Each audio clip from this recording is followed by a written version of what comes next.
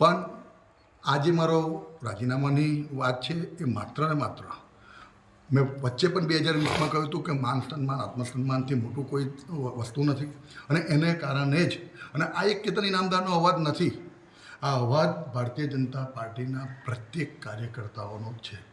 ભલે કેતન નિમિત્ત બન્યો છે, પણ હું તો આજે બે હાથ જોડીને કહું છું કે જૂના કાર્યકર્તાઓની અવગણના ના થાય. પાર્ટીને મોટી કરો, પાર્ટીનો વેગ વધારો, એનાથી સંમત છે. હંમેશા પરિવાર મોટો જ કરવો જોઈએ. અને આજે દેશના વડાપ્રધાન આદરણીય નરેન્દ્રભાઈ મોદી સાહેબ, જે આજે આખા સમગ્ર દેશની 140 કરોડની જનતા જે એમને પોતાને ઈચ્છે છે, અને હું આજે પોતે પણ આ બનાવ પછી પણ હું આજે ભારતીય જનતા પાર્ટીનો કાર્યકર્તા છું અને લોકસભાની મારી વડોદરા સીટ માનીય રંજનબેન ભટ્ટને સૌથી સારામાં સારો લીડ મારી વિધાનસભા ક્ષેત્રમાં મળે એ રીતે હું તત્પર છું અને રાત દિવસ મહેનત કરીશ. પણ આ રાજીનામું એ મારા અંતરાત્માનો અવાજ છે.